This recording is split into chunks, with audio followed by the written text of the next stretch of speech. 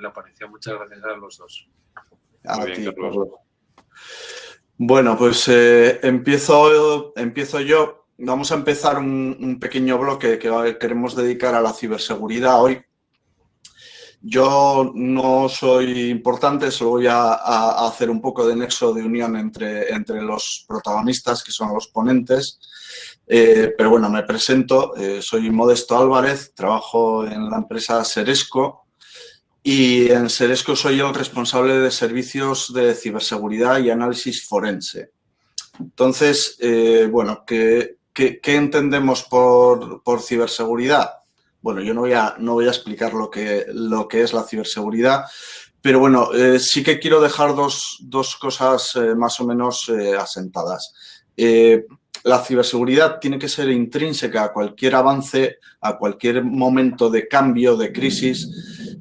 No tiene mucho sentido tratar la ciberseguridad como una tarea para realizar cuando quede tiempo y, por desgracia, es algo que se ve mucho.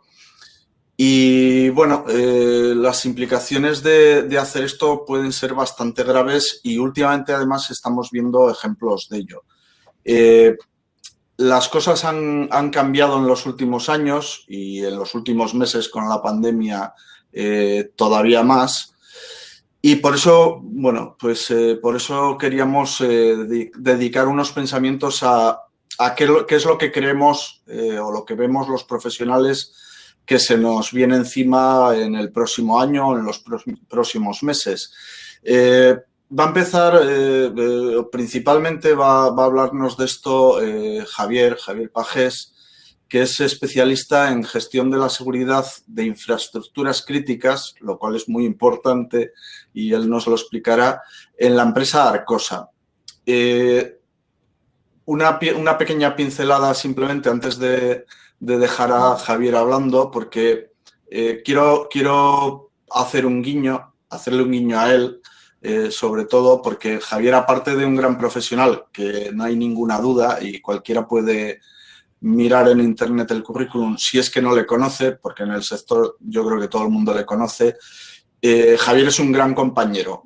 Tengo el honor de decir que fue mi primer profesor en informática forense. Fue el que me metió el gusanillo en esta especialidad y en la que sigo muchos años después y que fue un gran descubrimiento para mí. Y no solo fue mi primer profesor, sino que me ayudó muchísimo a dar los primeros pasos. Y bueno, luego hablaremos un poco de esto sobre el sector, pero siempre ha estado ahí cuando me ha dado por levantar el teléfono y preguntarle alguna duda o algún problema que tenía. Con lo cual, yo creo que eso es todavía más importante que lo gran profesional que es. Y nada, Javier, te dejo la palabra y tú eres el protagonista. Bueno, gracias, Modesto. Uno de los piedras angulares de la presentación que voy a hacer entre lo de ahora y la mesa redonda es que, como somos pocos en el sector y hace falta cada vez más gente, si no colaboramos entre nosotros vamos aviados, ¿vale? Y eso es algo que yo vengo comentando y diciendo desde los inicios de la ciberseguridad como tal, ¿vale? Y desde que empecé con aquellos cursos de formación hace muchos años. Como me decía mi madre, dicen, hijo, no les enseñes todo porque luego, digo, mamá, intento enseñarles lo justo. A veces me paso y sale gente como Modesto, ¿vale? Y entonces, bueno, pues habrá que convivir con ellos. Bueno, oye, te dejo solo que no quiero protagonismo, luego vuelvo. Te estaré viendo. Venga, Modesto. Vale. Bueno, pues dicho lo cual, voy a empezar con la presentación. Vamos a dar una presentación un poquito densa y vamos a tratar de que sea lo más amena posible. Os voy a compartir. Bueno, vamos a centrarnos sobre todo en lo que serían los servicios de seguridad de operaciones en infraestructuras críticas, en concreto en la red eléctrica digital, en el Smart Grid, que es donde Arcosa opera principalmente. Antes de nada, unas breves palabras de mis orígenes. Yo provengo de otra empresa que sigue funcionando, que es Informática Forense, y en la que también participo, que llevamos ya más de 14 años en el sector y es una empresa especializada en temas de análisis forense en entornos IT y en entornos OT. Unas breves pinceladas un poquito para que sepáis de qué estamos hablando. Bueno, empezó en el 2006 como un despacho de ingeniería informática especializada en temas de ciberseguridad, auditorías de seguridad, certificaciones ISO 27001. Tenemos una oferta de servicios muy amplia, desde análisis forense a formación, pasando por implantación de medidas de ciberseguridad. Estamos enfocados principalmente en pequeña y mediana empresa, pero hemos trabajado con la administración pública, con grandes, con pequeñas, con particulares, con todo tipo. Bueno, aquí un breve resumen de mi currículum, por si alguno no lo ha localizado en Internet. Soy miembro de diferentes colegios profesionales y asociaciones profesionales. Considero que compartir información y conocimientos entre los profesionales del sector es más necesario que nunca. Y prueba de ello es que desde hace ya 8 años participo en el Centro de Ciberseguridad Industrial. Coincidiendo con la creación de Arcosa, se creó también en ese mismo año el Centro de Ciberseguridad Industrial, impulsado por profesionales de la ingeniería informática asturianos, que en alguna otra ocasión han dado charlas en este foro, ¿vale? Y tengo el honor de ser uno de los profesionales con categoría a nivel negro desde el año 2017 del Centro de Ciberseguridad Industrial, que es un foro que hace precisamente lo que os he comentado antes, compartir la experiencia de los profesionales, tanto de las empresas, de las consultoras, de las empresas de ingeniería, de los profesionales de la administración que participan en este foro, para tratar de, poco a poco y de forma colectiva, ir elevando el nivel de conocimiento y de experiencia que hay, que poco hay a día de hoy, pero se va mejorando, en ciberseguridad en entornos industriales. Algunas referencias de empresas con las que hemos participado, colaborado a lo largo de los años. Bueno, habría muchas más. Bueno, y tenemos un catálogo de servicios de ciberseguridad dirigidos principalmente para pymes. No quiero extenderme más en esto y voy a pasar a la presentación. A ver si la logro encontrar. Principal, que es esta que vamos a hacer sobre los servicios de Arcosa. Antes que nada, dar unas breves pinceladas de lo que estamos hablando, de lo que sería el sector eléctrico, la red digital de electricidad. ¿A qué mercado estaríamos hablando? A nivel europeo tendríamos más de 2.200 compañías distribuidoras de electricidad, no comercializadoras, compañías distribuidoras que son las dueñas de las líneas eléctricas y distribuyen la luz hasta los consumidores. Estaríamos hablando de más de 256 millones de contadores. Aquí ya ves diferentes datos y cifras distribuidos por los diferentes países. En España, que supone el 10% del mercado europeo, estaríamos hablando de unos 24 millones de contadores con 4 grandes distribuidoras de electricidad, lo que se denomina en el sector las DSOs, las DSOs, que tienen cada una de ellas más de 100.000 abonados. Estaremos hablando de, todos los conocemos, de una Iberdrola, una Endesa, un EDP, la antigua hidroeléctrica del Cantábrico, estaremos hablando de un Viesgo, ¿vale? O un Gas Natural Fenosa, que tienen más de 100.000 abonados, pero estaremos hablando de alrededor del 1.000.000 de abonados, cada una la más pequeña de ellas, y 12, 14 millones las más grandes. Y luego también hay dentro del sector español casi 350 pequeñas y medianas distribuidoras de menos de 100.000 abonados, que suman en total otro 1.200.000 abonados.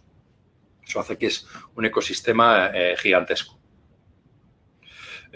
La importancia que tiene para este sector la implantación de las nuevas tecnologías en la digitalización de la red eléctrica con las nuevas redes de contadores inteligentes implica que se han transformado no en operadores de electricidad, sino en operadores de telecomunicaciones.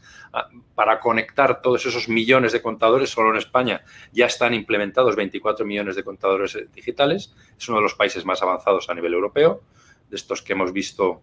Muchos de estos países están empezando a desplegar, otros ya han desplegado como Italia o Portugal, otros están a medio despliegue, como puede ser Portugal o Francia, que está también avanzando, pero otros países están empezando a desplegar y queda mucho mercado por recorrer. España es uno de los más avanzados. Esa transformación en la gestión de millones de dispositivos conectados y distribuidos por toda la geografía de un país implica unas nuevas necesidades de gestión, de operación, de monitorización y trae unos enormes riesgos en ciberseguridad que antes no existían. ¿Qué riesgos o qué ventaja tiene el no tener toda esa red de contadores funcionando? Pensar que para poder gestionar a nivel nacional la gestión de la demanda de la energía y poder regular la generación en tiempo real para cubrir esa demanda, hay que conocer exactamente cuál es el consumo que se está teniendo en todo el territorio.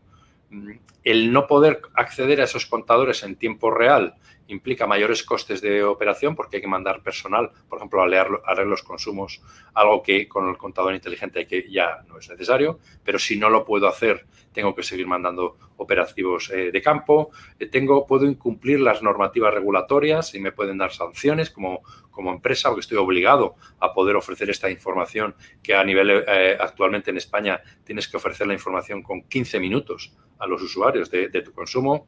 Tus clientes pueden estar descontentos porque no pueden acceder a ese consumo. A día de hoy muchos clientes no lo logran, con muchas de las comercializadoras no ofrecen todavía ese servicio, hay unos márgenes de adaptación. Pero el principal riesgo desde el punto de vista de la ciberseguridad es que puedo generar lo que se llama un blackout, un corte de suministro eléctrico.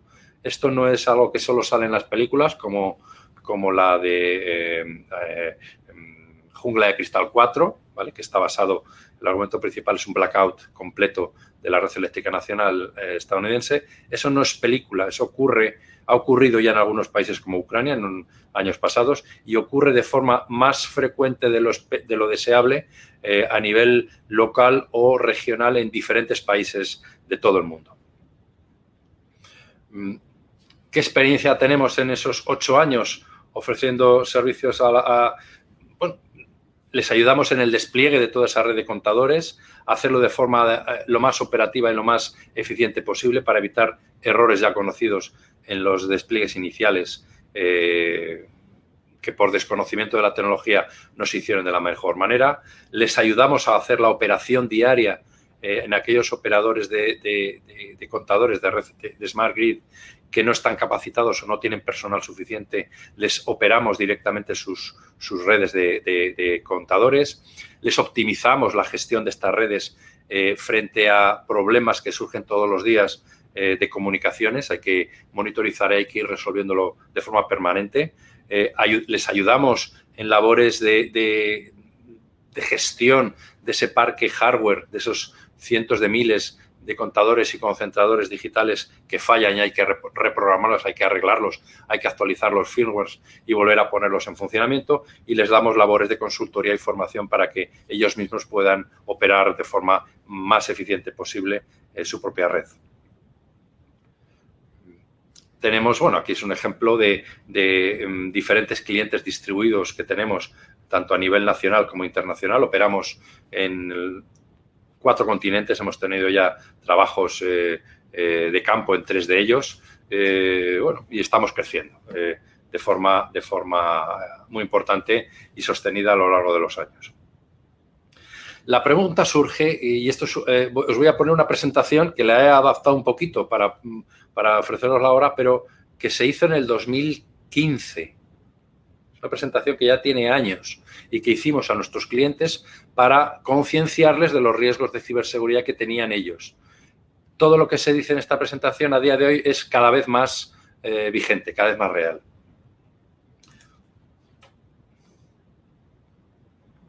Y la pregunta es, ¿por qué me van a querer atacar a mí? ¿Cuáles son los riesgos reales en los distribuidores de electricidad? Porque nos encontrábamos con que íbamos a ofrecer servicios de monitorización y de ciberseguridad a nuestros clientes y decían, ¿pero quién va a querer atacarme a mí? ¿Van a querer atacar a las grandes? Bueno, la realidad es bien distinta.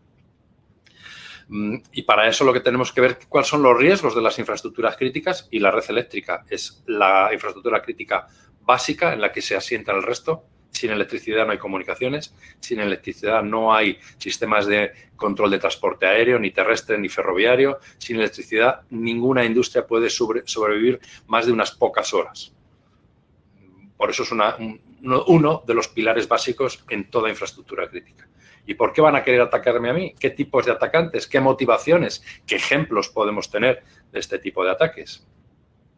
En primer lugar, una infraestructura crítica es aquella en la cual un ataque, en caso de sufrir un ataque, en este caso de un ciberataque, causaría un gran impacto en la ciberseguridad, en la seguridad, tanto física como económica, de ciudadanos o del gobierno de una nación. A eso se denominan infraestructuras críticas. Este impacto se mide en criterios que son por el potencial número de víctimas. Estamos hablando aquí que tenemos empresas del sector eléctrico que tienen decenas de millones de clientes. Un impacto en sus infraestructuras sería catastrófico. Pero luego tenemos también distribuidoras eléctricas que tienen 50.000, 60.000, 1.000 clientes, que un impacto de un ataque de ciberseguridad en sus infraestructuras, que aunque a día de hoy no están consideradas críticas porque no cubren el criterio del volumen de clientes, en la reforma actual que hay de la directiva NIS de infraestructuras críticas a nivel europeo, se pretende ampliar la considerada de operador crítico a pequeñas y medianas empresas, no solo a las grandes. Se pretende ampliar muchísimo la consideración de infraestructuras críticas.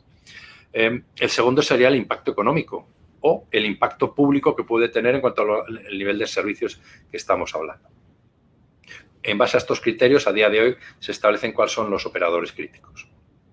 Bueno, aquí hay criticidad de incidentes. Os digo, estas son cifras del año 2013, que eran las disponibles cuando se hizo esta presentación. A día de hoy, esto es exponencial, va creciendo exponencialmente año a año. ¿Qué riesgos podemos tener? Desde riesgos bajos, en los que son ataques poco sofisticados, que podrían tener pocas consecuencias externas, como un virus. A día de hoy, ahora mismo se están transformando en las más peligrosas, porque el ataque, el riesgo principal que tiene toda empresa, toda organización, toda administración que utiliza medios informáticos, a día de hoy, el más grave que estamos viviendo, y luego veremos más adelante, son los ransomware. Los ransomware son ataques inicialmente poco sofisticados, a día de hoy ya cada vez más sofisticados, que logran penetrar en tu infraestructura y lo que hacen es cifrar tus equipos y pedirte rescates. Si no pagas el rescate o no logras recuperar tus servicios porque no tienes copias de seguridad que ahora mismo tienen que estar offline, no puedes mantener tu sistema de backup offline porque ahora los atacantes te cifran las copias de seguridad, con lo cual no puedes recurrir a ellas y tienes grandes problemas. Ahora mismo hay empresas que pueden estar días, semanas, incluso meses afectadas por un ataque de ransomware. Con lo cual el impacto de estos ataques a priori de bajo nivel se consideran ahora mismo críticos. Pero los que son los críticos, estaríamos hablando de ataques de denegación de servicio, que pueden hacer que una infraestructura deje de estar operativa porque simplemente no puedes entrar a gestionar tus sistemas porque están sordos de tanto ruido del que están escuchando.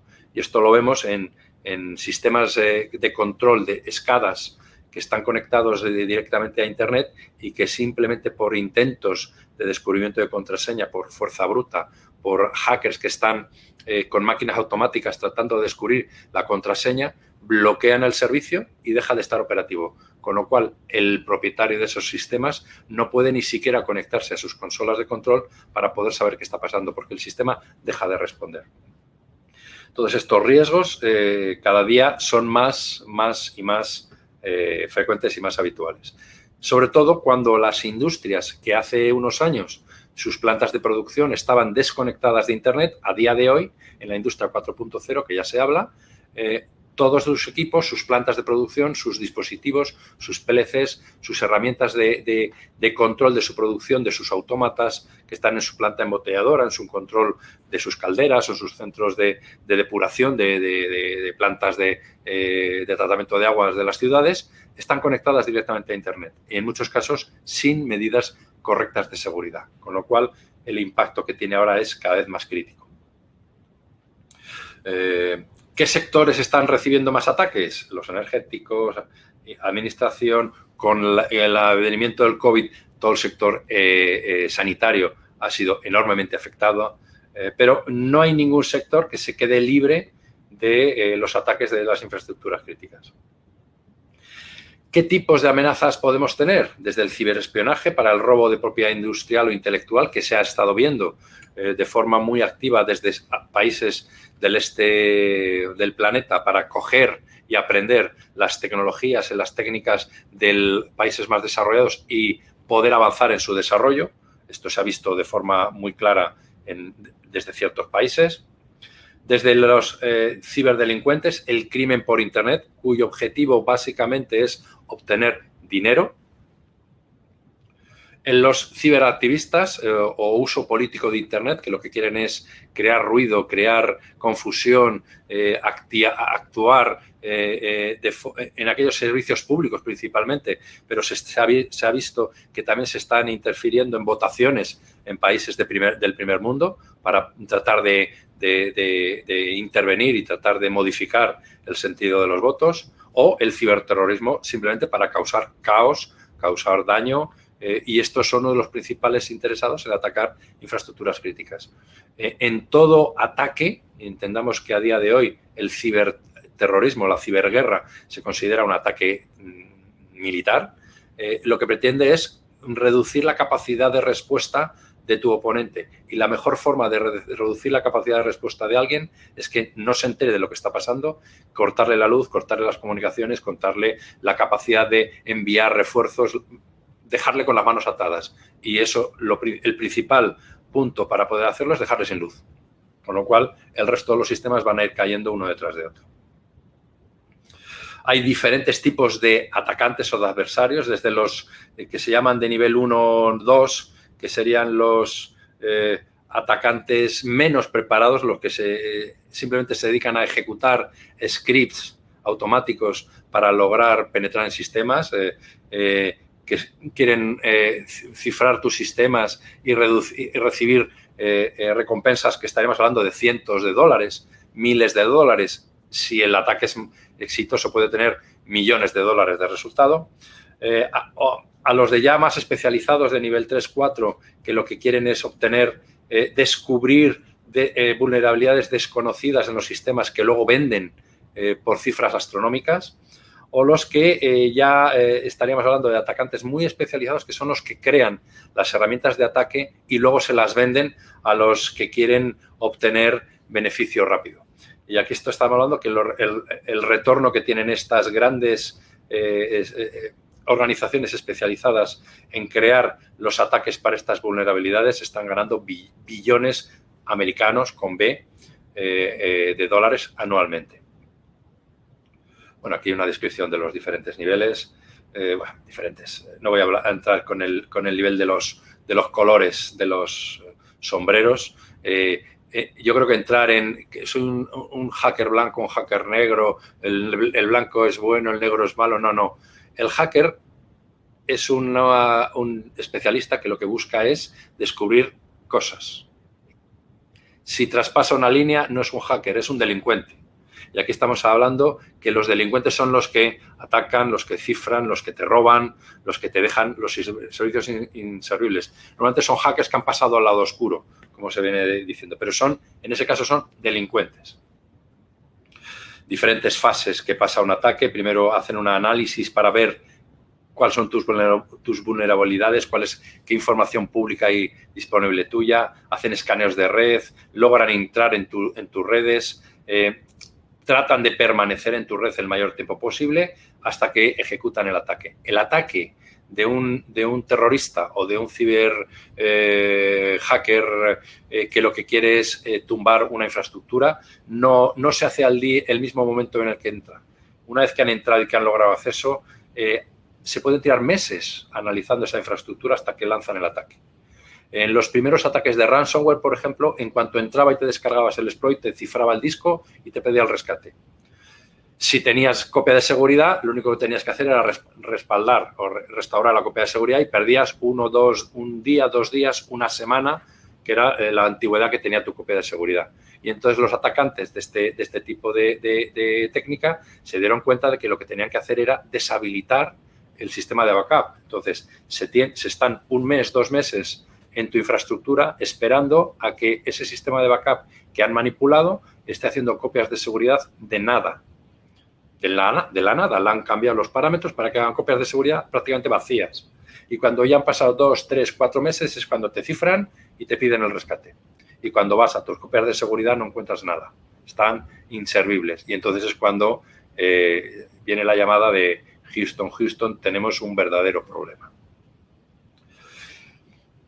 ¿Cuáles son las motivaciones de los activistas? Bueno, pues fastidiar, son autónomos, se dedican a investigar, tienen curiosidad, quieren causar ruido, quieren crear daño pero sin pasarse, utilizan técnicas disponibles libremente en Internet,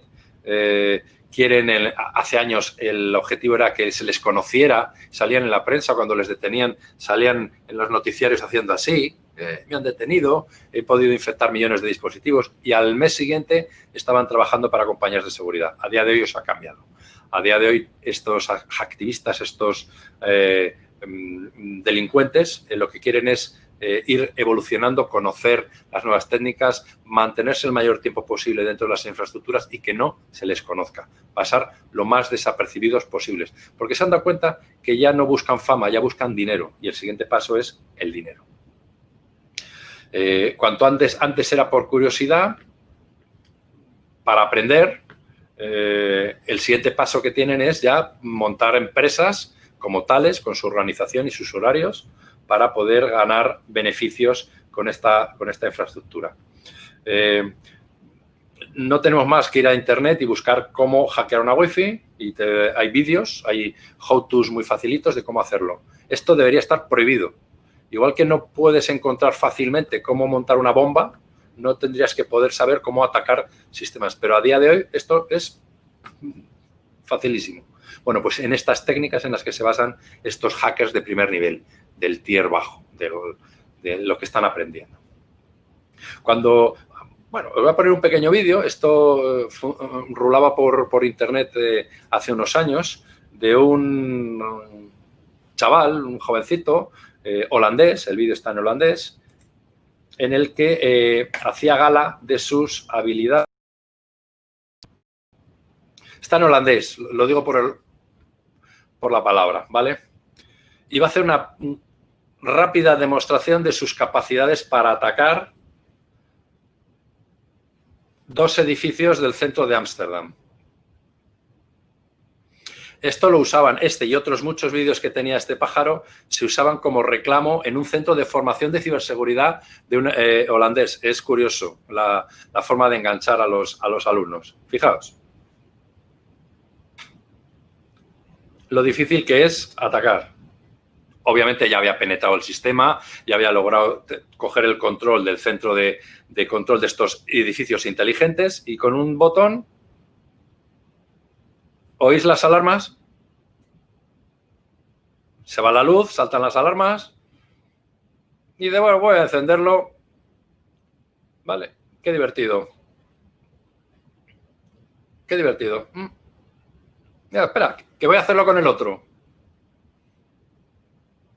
Es guay, ¿eh? Qué chupi.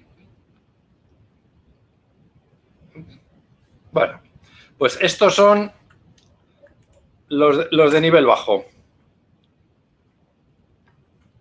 Estos son los de nivel bajo. ¿Vale? Bueno, pues estos van a querer atacar nuestras infraestructuras.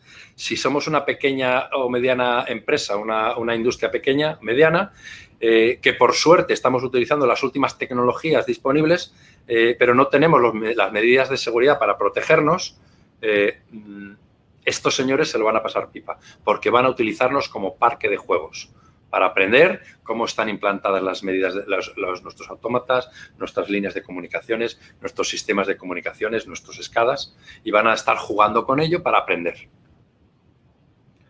Una vez que han aprendido, se transforman en cibercriminales. Estos ya su motivación es ganar dinero y cuanto más rápido mejor. Y cuanto más, mejor, sin importarle las consecuencias. Si un hospital se queda cerrado en pleno de la pandemia, a ellos les da igual, ellos quieren dinero. residen en otros países. No les preocupa que en un país a 6.000 kilómetros haya gente que no pueda recibir tratamiento o que no reciban luz o calefacción en invierno. A ellos les da igual. O que no funcionen las vías de comunicaciones o los medios de transporte. Les da igual. De hecho, cuanto más problema causen, mejor, porque van a cobrar más. De hecho, las sanciones, las multas, el rescate que piden normalmente en criptomonedas, inicialmente en bitcoins, ahora cada vez menos en bitcoins, porque el bitcoin es traceable. Se pueden bloquear los monederos que reciben estos rescates, y de hecho se hace, con lo cual se quedan sin dinero. Ahora utilizan otras criptomonedas como, por ejemplo, Monero, que no es trazable y es bastante más difícil el poder congelarles el dinero a todos estos angelitos. Estos están ganando millones de dólares mensuales, o yo diría que diarios. Dinero fácil, hacen fraudes, hacen estafas, secuestran bases de datos, se meten en el correo electrónico, interfieren en las comunicaciones de correo electrónico de las empresas, interceptan los correos que llevan facturas, esto es algo que está ocurriendo todos los días, interceptan los correos que llevan facturas con una técnica de hombre en el medio, man in the middle. Ellos reciben el correo, cogen el PDF con el número de cuenta insertado, cambian, ponen el suyo y se lo mandan al destinatario, y el destinatario coge, llega y manda a esa cuenta corriente el dinero que iba a su proveedor. Esto yo lo he tenido clientes que les han estafado 200 y 300.000 euros en compra de materias primas para construir torres de comunicaciones, por ejemplo. Y cuando llaman a su proveedor, oye, que no me has mandado los hierros para construir la torre, dices, que no me has mandado el dinero. ¿Cómo que no? Si te lo mandé hace una semana. No, a mí no me ha llegado. Y cuando analizan, dice, es que esta cuenta de corriente es falsa. Llama al banco, llama a la policía, trata de recuperar el dinero está en Hong Kong, está en Ucrania, búscalo. ¿Vale? Eso se está haciendo todos los días con estos fraudes, o el fraude del CEO, que no viene al caso ahora mismo, pero bueno, es aún más grave. Por ejemplo, con el fraude del CEO a la red de transportes de la ciudad de Valencia le han estafado varios millones de euros, suplantando al CEO y haciéndoles creer que era una operación correcta, y el responsable financiero mandaba el dinero directamente al hacker chino en este caso. O nos roban información estratégica, proyectos de inversión, nuestras patentes, nuestros proyectos en los que estamos trabajando de I+D, y de pronto aparece un producto muy parecido, si no igual, y te lo venden por Alibaba y te acaban de fastidiar millones de euros en inversión. O daños por pérdidas de suministros, simplemente porque me cortan la luz, me cortan el agua, me cortan el gas y mi planta de mi alto horno deja de funcionar. No puedo funcionar porque no tengo luz. No puedo seguir produciendo acero, porque el alto horno para producir acero que utiliza luz, de pronto no tenemos suministro energético. Y nos piden rescate. Cada hora, cada día de pérdidas son millones de pérdidas. Aquí hay redes criminales distribuidas por todo el mundo. Hay enormes recursos privados y públicos para perseguirlos y para tratar de combatirlos. Pero bueno, atacan a los principales sitios y buscan dinero, y buscan cuanto más daño, mejor. Y también roban información. Bueno, aquí hay diferentes. ¿Cuál es el riesgo principal en 2020? Ransomware. ¿Cuál va a ser el principal riesgo en 2021? Ransomware, todavía más. Aquí ven los principales ransomwares. Esto es un informe de diciembre de este año, es calentito el informe. El 27% la técnica del Maze, el 21% Revil Sodonok-Wiki, 16% el Netwalker, 11% el Ryu Conti. Bueno, estos además son ransomwares que llevan años funcionando y siguen funcionando. ¿A qué sectores están atacando? ¿En qué países? Todo el mundo. Estados Unidos principalmente, Europa en segundo lugar, Asia. Es indiscriminado. ¿A qué industrias están atacando? Principalmente industria manufacturera, sector salud por el COVID. Lo han utilizado y están atacando duramente a este sector por lo crítico que es ahora mismo. Sector de energía, transporte y logística. Todo el e-commerce se basa en este sector. Sector alimenticio.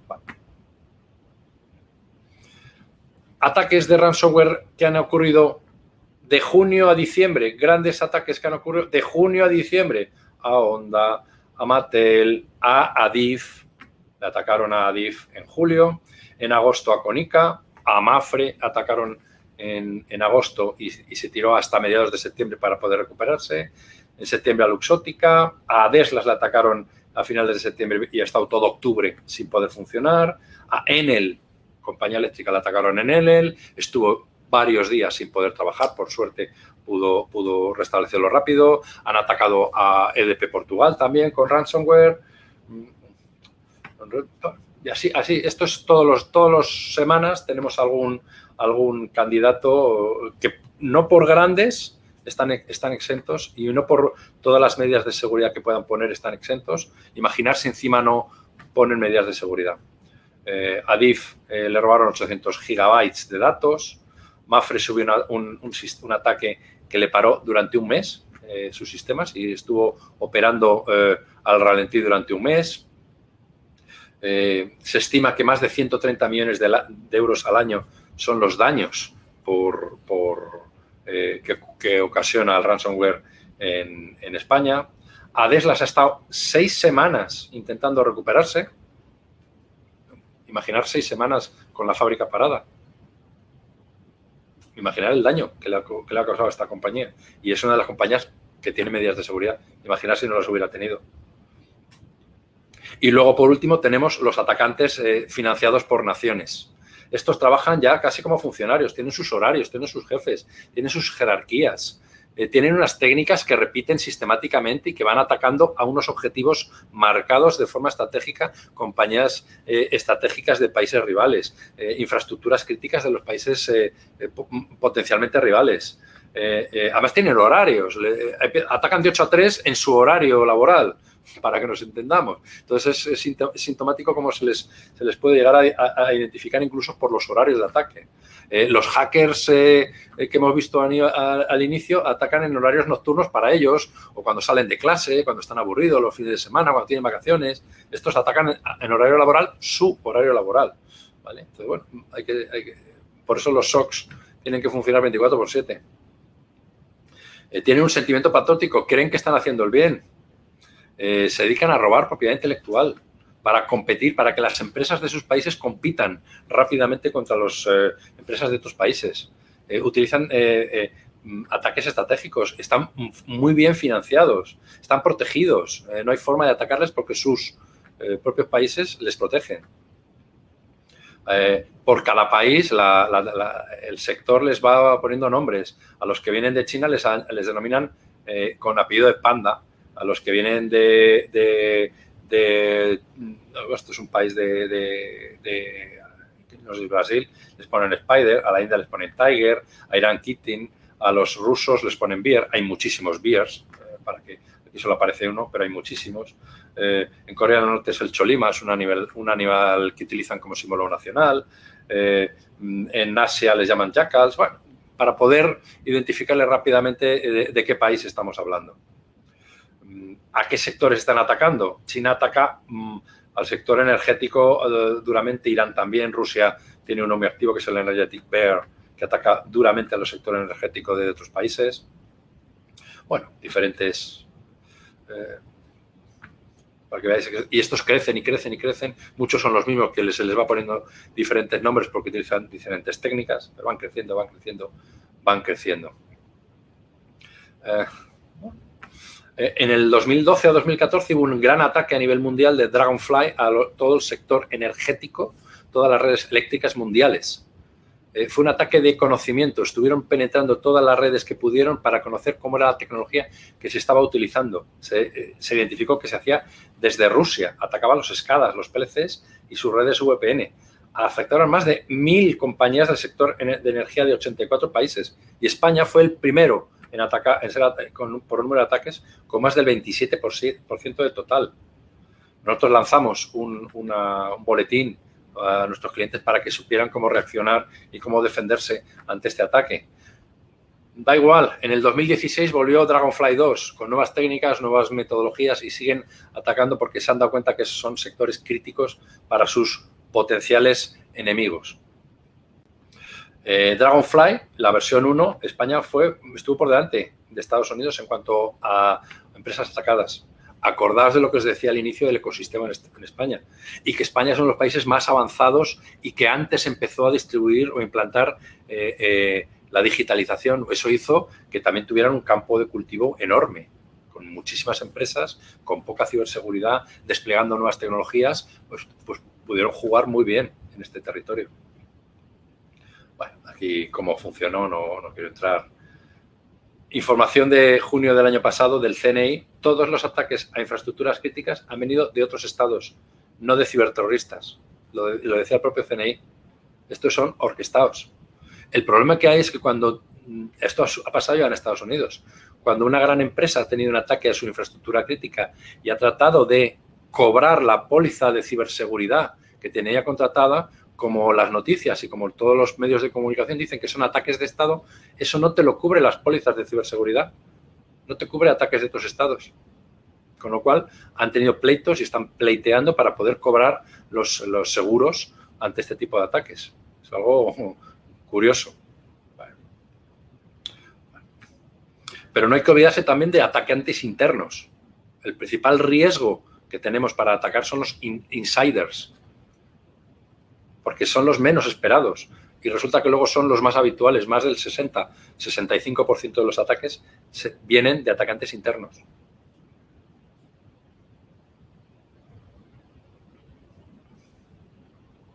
Hay veces que se tarda años en detectar.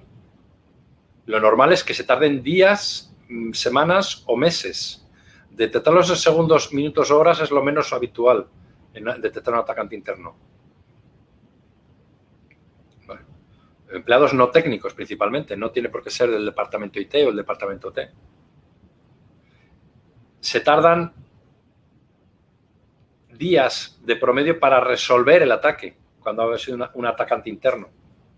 Es mucho más complicado porque no sabes hasta dónde ha podido entrar y hay que revisar todos los sistemas desde dentro, no desde fuera, con lo cual es más complejo.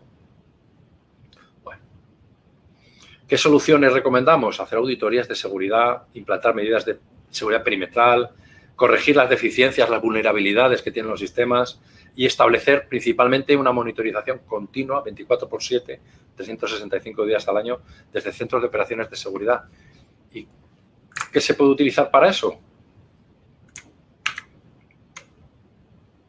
Pues nosotros ofrecemos a nuestros clientes nuestro SOC Red, nuestro servicio de operaciones de ciberseguridad para redes eléctricas. Son 3 pasos: una auditoría, un análisis de cómo están sus sistemas, desde nuestro SOC, controlamos su operación, sus redes, sus comunicaciones, sus equipos, los monitorizamos, hacemos auditorías, analizamos cómo funcionan, optimizamos el funcionamiento de sus sistemas, de sus redes, de sus equipos, de sus plataformas, para lograr, en este caso, lecturas cercanas al 100%, que les permita dar el servicio óptimo a sus clientes.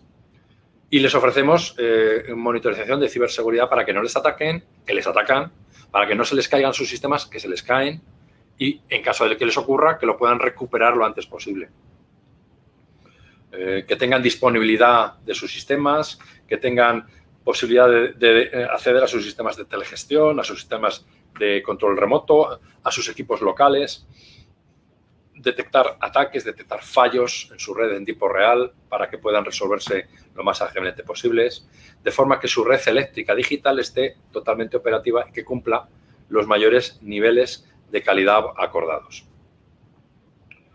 Y con esto yo creo que, no sé si hay alguna pregunta por ahí, porque estamos ya en tiempo. Tenéis mis datos de contacto si tenéis alguna pregunta o alguna inquietud.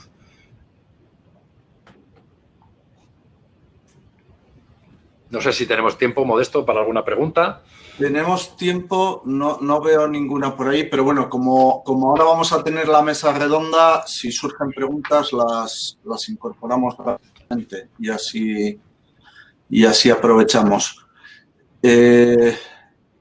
Bueno, sí que están recordándonos desde Galicia que Hacendal hace una semana también, bueno, una semana o 2, ya no sé cuándo fue, también les sacaron por un timo al CEO 9 millones de euros. Sí. Pero vamos, tampoco debería... Yo he tenido clientes que nos han llamado, no a dar cosa por mi parte de informática forense, cuando ya está el muerto encima de la mesa, ¿vale? que les han estafado más de 2 millones de euros en una semana. Y esto fue hace más de 2 años. Si ves la descripción del ataque que sufrió Valencia, el Ayuntamiento de Valencia, el sistema de comunicaciones, o lo que se ha filtrado en los medios de lo que ha sufrido Hacendal, la técnica es la misma, idéntica, exacta, son los mismos. Hacen exactamente lo mismo. Llevan años y se están llevando millones de euros. Millones. Sí, está pasando a diario y algunos salen en los periódicos, pero la mayoría ni se publican y me constan, y a ti también. Vamos a... Bueno, mientras van llegando el resto de participantes de la mesa, a ver si se van incorporando.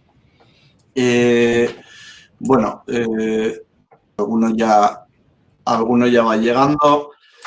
Bueno, vamos a seguir hablando de estos temas, vamos a seguir hablando de infraestructuras críticas, de ciberseguridad, y vamos a hablar un poco, o yo quisiera centrar el tiro un poco en lo que tenemos por delante.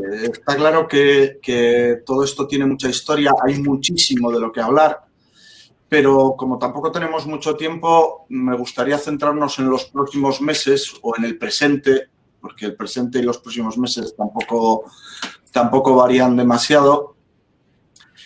Javier va a quedar, como ya dije, y aparte de Javier vamos a tener... os presento un poquitín y luego ya os voy dando paso, si os parece. Tenemos a Eva, que fue la primera que llegó después de Javier, si no vi mal la pantalla. Eva es consultor senior de ciberseguridad, gobierno, riesgo y cumplimiento, que ya abarcas bastante, y no sé si más cosas, en la empresa SATEC. Por lo que estuve viendo, llevas en SATEC desde 2003, pero en el mundo de la ciberseguridad llevas bastante más. También tenemos a Darío, que también lo tenemos también aquí. Darío cumple hoy una doble misión aquí. Tiene un papel especial, porque no te rías. ¿Por qué lo digo? Bueno, Darío es catedrático en el Departamento de Informática de la Universidad de Oviedo. No está aquí como catedrático, está aquí en su calidad de vicedecano del Colegio Oficial de Ingenieros en Informática del Principado de Asturias, COIPA, pero cumple una misión adicional y es la siguiente. Resulta que hemos pillado a Darío teletrabajando desde el pueblo y nos va a servir un poco de prueba de concepto a ver qué tal funciona esto de Internet en los núcleos rurales de Asturias. A ver cómo va la cosa. Crucemos un poco los dedos. Y aparte, todavía no ha llegado, estará llegando. Tenía un tema que rematar, pero llegará enseguida. Tenemos a Miguel, bueno, ya le veo por ahí, pero se incorporará enseguida, supongo. Miguel García Menéndez participa en este pequeño debate en representación de una asociación reciente que supongo que nos explicará un poco también qué objetivos tiene, que se llama Arco Atlántico Ciberseguridad y Entorno Digital, en la que es vicepresidente ahora mismo. Él nos explicará un poco de qué va esto y también tiene mucho que aportarnos en estos temas. Si os parece, voy a dejar de hablar yo, voy a pasaros la palabra a vosotros. Tengo una pregunta para empezar, por ejemplo, para Eva, si te parece bien. Y desde tu punto de vista como consultora y desde tu empresa, ¿cuáles crees que son los retos más inmediatos? Te lanzo el marrón a ti y así tú empiezas el debate. ¿Qué tendencias detectáis vosotros para el futuro inmediato? Sí, un poco para los que no nos conozcáis como empresa. Bueno, primero, antes que nada, agradeceros la invitación para participar a esta mesa redonda, a SITEC y a la organización del evento. Y un poco para poneros en contexto, para los que conocéis menos SATEC, pues somos un integrador. Al final abarcamos muchísimas áreas de TI, además de ciberseguridad. Y entre las líneas estratégicas, además de la ciberseguridad, tenemos la línea SATEC 4.0 orientado a la industria 4.0, dentro de la cual se enmarca dentro de la vertical de salud todo lo que está relacionado con eHealth. Con lo cual ahí también tenemos soluciones propias orientadas al sector de la telemedicina. Ya llevamos también trabajando muchísimos años, ya casi desde el principio, en todo lo que está relacionado con la seguridad y hoy lo que llamamos más ciberseguridad. Lo que sí observamos es que se sigue hablando bastante de este famoso gap year, de esta distinción y separación del mundo T y del mundo IT, que en realidad hoy en día y cada vez esa especie de frontera, llamémosla, se ha estado difuminando ya casi por completo en la mayoría de los casos.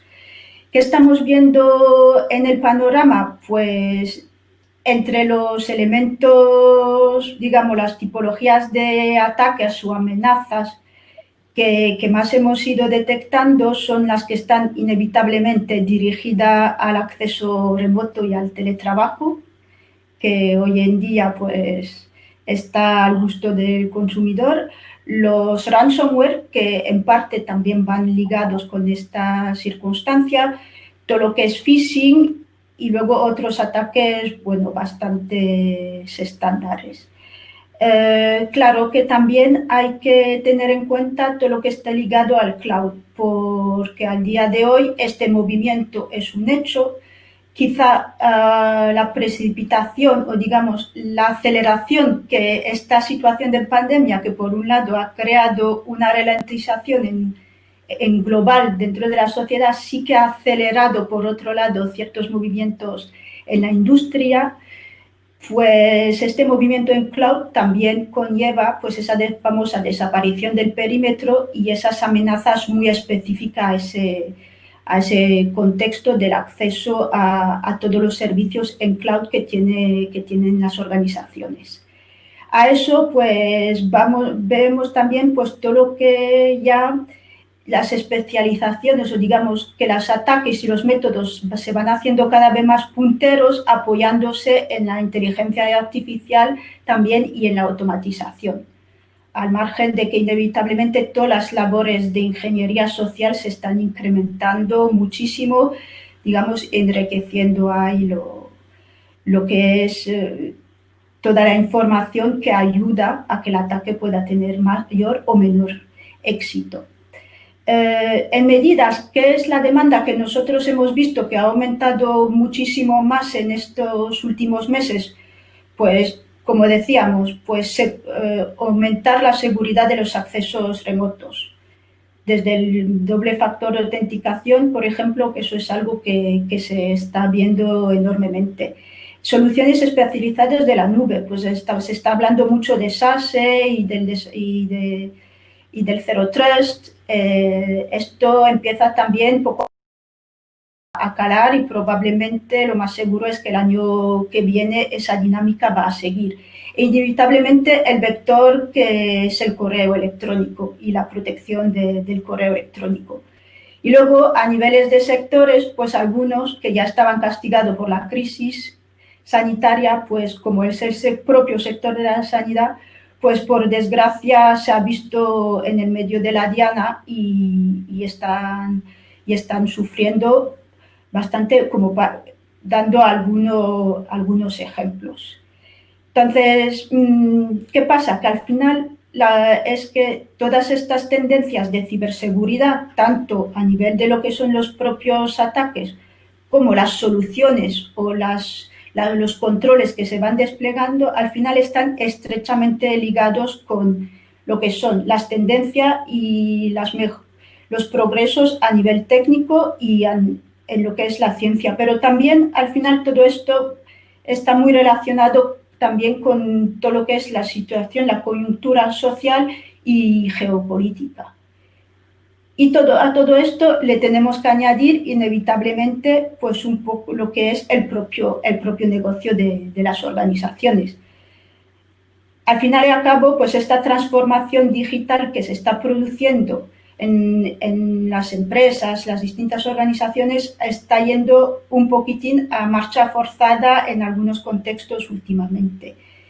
Y si bien hemos dicho siempre que efectivamente la transformación digital tiene que ir de la mano de la ciberseguridad, muchas veces se ha quedado más en el concepto, en la teoría, más que en la práctica.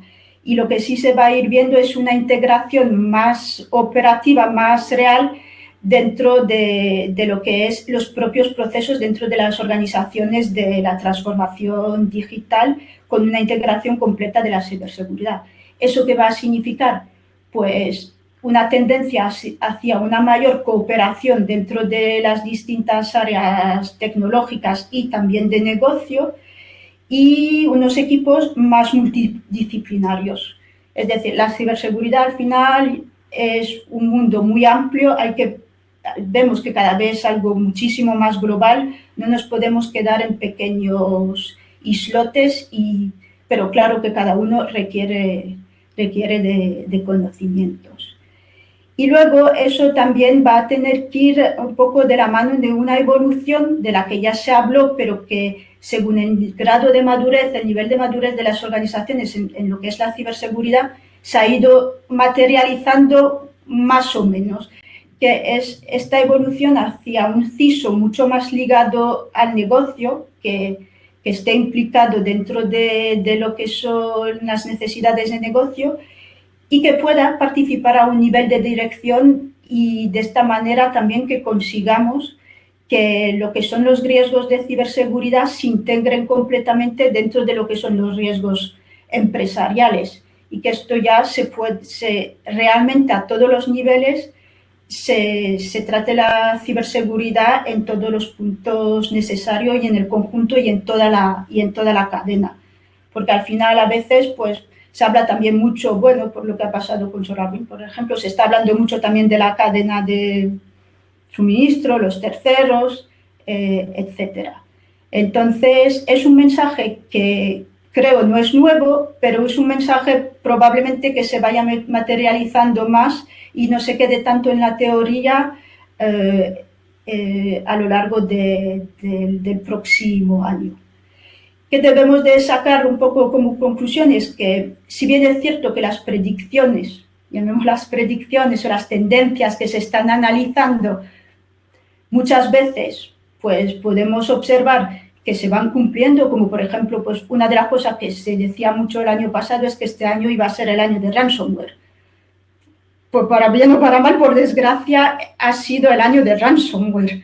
Probablemente el COVID lo haya ayudado un poquitín. Entre virus se han ido apoyando, nos han ido ahí comiendo, pero esa predicción ha sido real. Pero al fin y al cabo no tenemos ninguna bola de cristal, y lo que es importante para las organizaciones al final es implantar mecanismos que al final les van a permitir hacer una gestión de las amenazas y vulnerabilidades.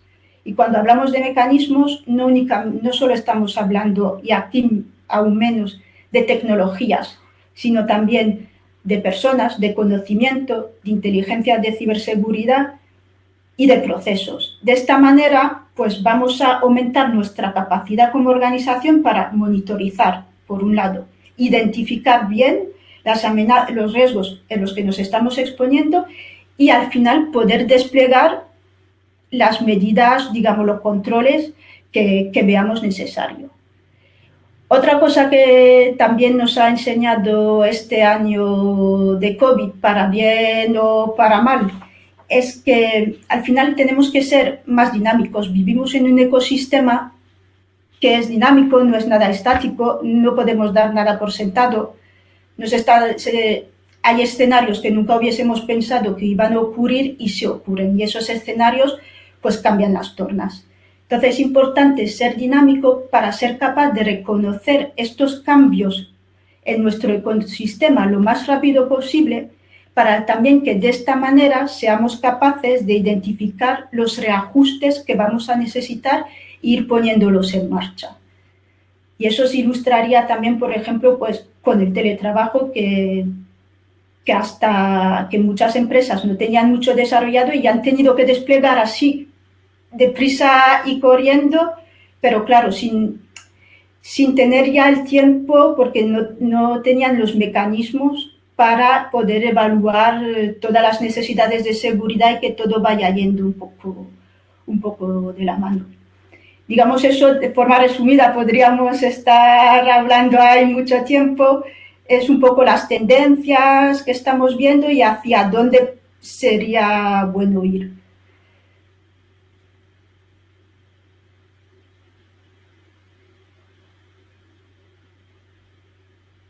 Hemos perdido.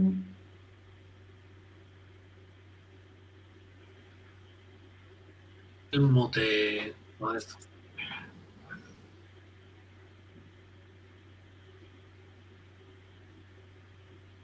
Tienes el mute Modesto, creo que es por eso. A ver, ¿ahora? ¿Ahora? Sí, vale. Pues no lo había puesto yo, no sé por qué se me puso el mute. Bien, me parece un buen inicio. Has tocado muchos temas muy interesantes. Me voy a quedar con un pequeño detalle por empezar por algún sitio, porque también Javier dijo antes, muy convencido, de que el tipo de ataque más importante ahora mismo es el ransomware. Tú insistes sobre lo mismo y yo voy a lanzaros una pregunta trampa, por ejemplo, a Javier, porque, claro, al fin y al cabo el ransomware se trata de que o bien una persona, un intruso, o bien un virus me entre en mi sistema y me cifre mis archivos, con lo cual me quedo sin mis archivos. Todo eso yo creo que lo sabe todo el mundo. Pero, claro, si yo tengo una buena política de copias de seguridad, soluciono el problema, ¿no? ¿Javier? Antes lo comentaba en la presentación. Algo, sí. Hasta hace cierto tiempo, sí, tú tienes la copia de seguridad, la restauras y puedes seguir operando y pierdes el tiempo desde que hiciste esa copia de seguridad, que puede ser una noche, un día, una semana, ¿vale?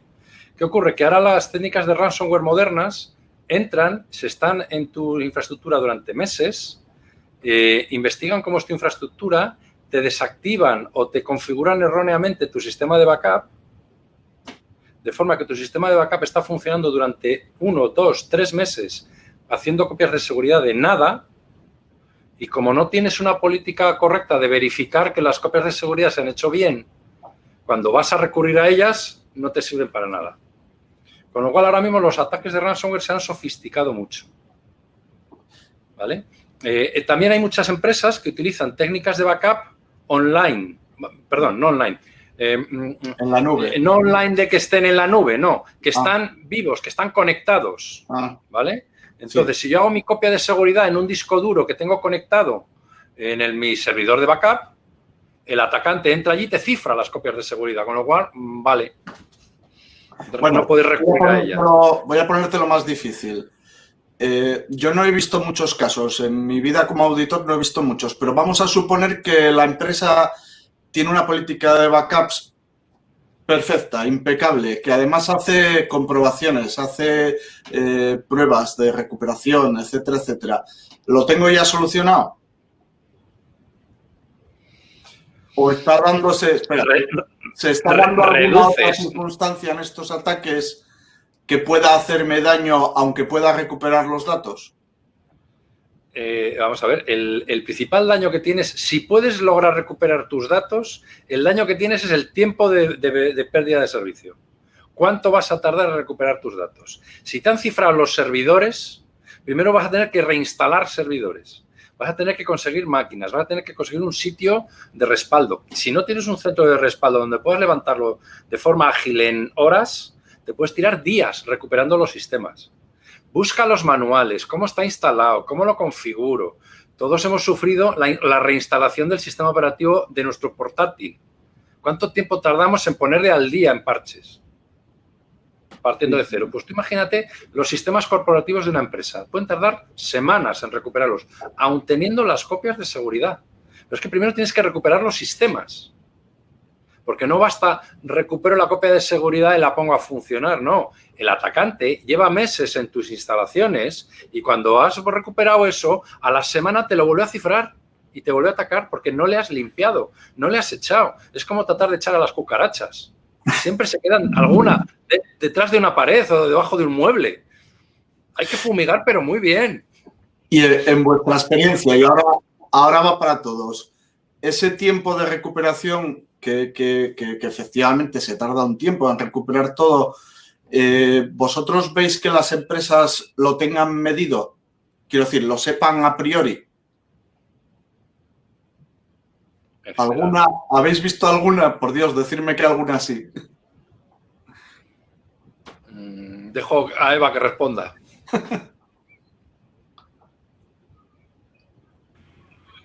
Pues en mi caso no se puede llegar a decir que esté todo bien controlado. Aunque sí, cuando hablamos de contingencia o de continuidad de negocio, deberíamos de estar probando, cronometrando y asegurándonos que cubrimos nuestros tiempos de respuesta, pero la cruda realidad es que en el día a día no se llega a tanto. Y nos acabamos sorprendiendo de que no recuperamos tan rápido como teníamos pensado. Yo solo os recuerdo una palabra, WannaCry. ¿A qué empresas afectó? A las principales del país. Sí. Hubo ayuntamientos que estuvieron semanas trabajando con boli y papel. Por contra, para dar algo de esperanza, ¿vale? Y respondiendo más concretamente a lo que ha dicho Modesto. En octubre, noviembre, Enel sufrió un ataque. Estuvo un día parado. Por precaución, porque primero cortas todo para que no se propague. Luego analizas a ver lo que te está pasando y luego te recuperas. Estuvieron un día. Un gran éxito, sin duda. Un éxito. Pero el impacto de un Enel, una multinacional que da servicios energéticos a muchos países parado un día, el coste interno, tela, pero un día. Otras grandes empresas han estado 6 semanas, como os ponía yo en la presentación. Y 6 semanas te llevan a la ruina, a muchos. Y más de 6 semanas. Es un tema delicado y yo creo que es importante ese punto, el que las empresas no sepan cuánto tiempo estarían parados si llegara este caso, porque luego vienen los nervios, las sorpresas, la desesperación. Entonces, es importante, por eso es importante hacer simulaciones. Voy a dar un poco paso a Darío, que le veo muy callado y quiero ver cómo le funciona Internet desde el pueblo. Me interesa mucho, Darío, no solo porque tú ves la situación desde un punto de vista que creo que es bastante, que puede aportarnos bastante, tanto como, digamos, representante de los profesionales por parte del colegio y también como formador de los profesionales o de los futuros profesionales desde la universidad. ¿Cómo ves la situación para los profesionales o para quien quiera llegar a ser profesional de la ciberseguridad? Bueno, hombre, desde el punto de vista... Bueno, primero, como estoy aquí en el pueblo, me oís correctamente, que sería lo principal, ¿no? Bueno, correctamente. Y no oís nada. Aprovecho para saludar a Javier, que no lo veía en persona, aunque sea a distancia. Y nada, agradecemos la invitación desde el Colegio de Ingenieros en Informática, del Principado de Asturias. Yo creo que ya lo mencionó antes Eva, el tema de las personas, ¿no? Yo creo que probablemente este sea No sé si va a ser una tendencia. Mi deseo sería que fuera verdaderamente una tendencia este año el que las personas cobraran el principal protagonismo en el mundo de la ciberseguridad. Tanto los profesionales, que es un poco la rama de la que me ocupo yo desde el colegio, como decías, y en la universidad. Yo doy clase en la Escuela de Ingeniería Informática en el Departamento de Informática de la Universidad de Oviedo. Y me parece que es crucial para que todo este edificio que tenemos montado con la infraestructura informática en todas las empresas, pues no se nos venga abajo más o menos estrepitosamente, como comentaba Javier, de un día solo o a lo mejor 6 semanas por problemas de ciberseguridad, ¿no? Y yo creo que el factor principal, aparte de la tecnología y todo esto, que eso va y viene, ¿no?